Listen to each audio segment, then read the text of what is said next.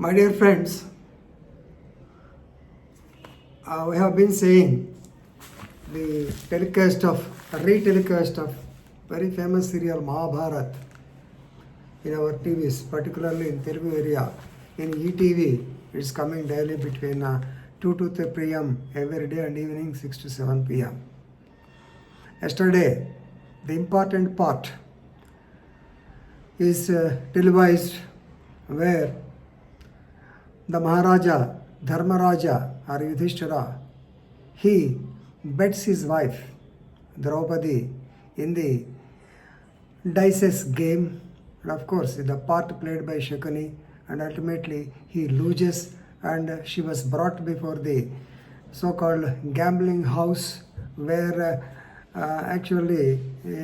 his brother Dushasana, he wanted to actually make her naked by drawing her sari, veil, and of course Lord Krishna comes to her rescue. This is the thing. So there, the fundamental question is whether a husband can bet his wife, and that means whether wife is a person, whether wife is a property, whether wife is a personal property. That is a question, legal question put by Vidura. Alright, why I am telling you is, like this, so many people are doing things. Even in Kerala also, very recently, one such incident happened.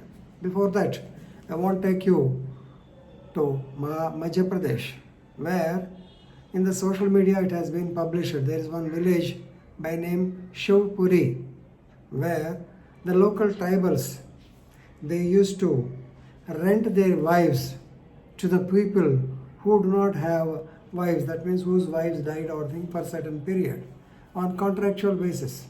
When once the contract is over, they will give her to another person for rent. Only thing is some stamp paper and money. Of course, the brokers or the mediators, they make use of much more money. So this is another custom prevalent in Madhya Pradesh. Right. Coming to our topic today, in Kerala, 5 persons were arrested for raping a Kerala woman and abusing her son. Of course, this was done at the instance of her husband, so he is also arrested.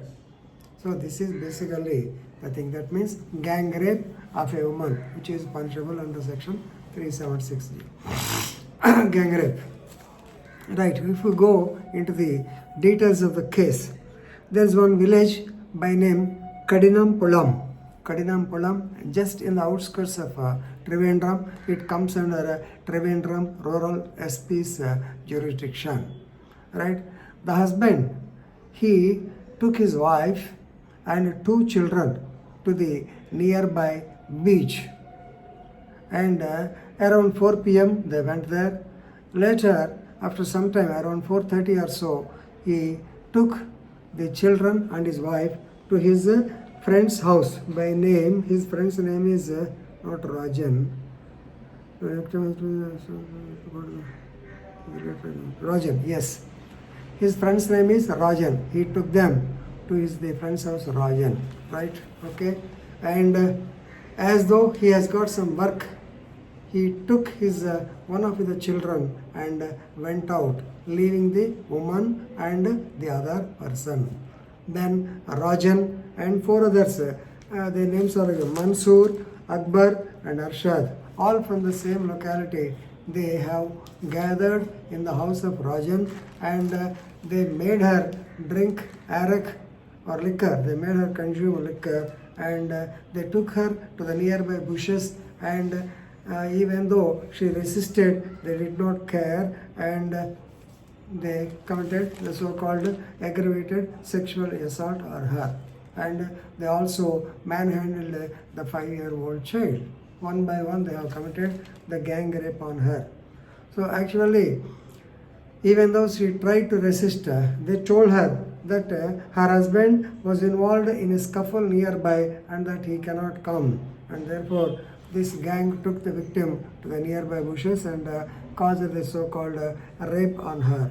But anyhow, The victim managed to escape from their clutches, saying that she would return to the place after dropping her child, and somehow convincing them she came under the road, but still she was in an inebriated condition, and at least she could wave to a car. Of course, a good Samaritan going by the side in the car, he stopped the car. He took the victim and her son into the car, and of course she narrated her pathetic story, with which this man took her to his house, dropped her, and en route he alerted the police.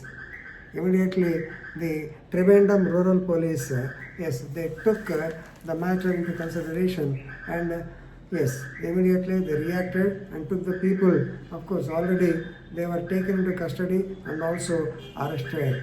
They sent her to the local magistrate. Of course, they got the statement of the victim recorded by the local magistrate. Of course, the case of gang rape was registered against all these people, and the police are also pursuing on the line about the husband's connivance, because he took the children and his wife to the house of the so-called his friend Rajan at about 4 p.m. on Thursday. This incident happened, and definitely there is there is a suspicion. The police are suspecting that some sex trade has been happening here.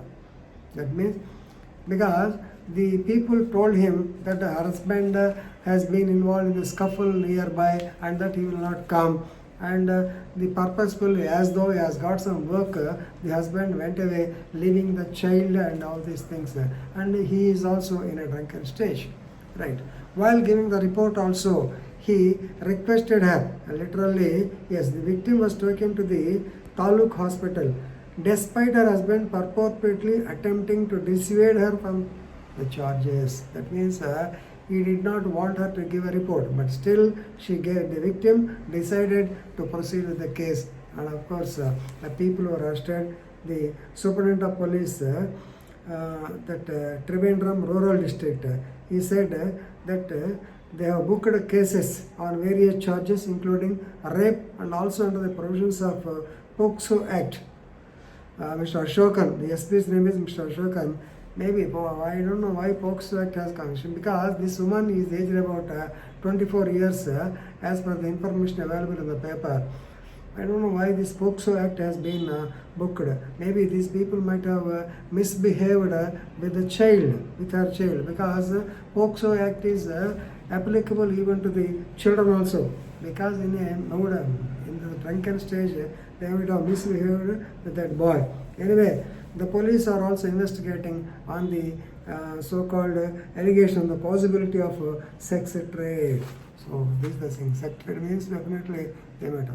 So we have been knowing another one point I wanted to inform here itself, because in Kerala, previously there was a very bad practice during the reign of Trivandrum kingdom, the Raja of kingdom, the Brahmins, who are the upper community people.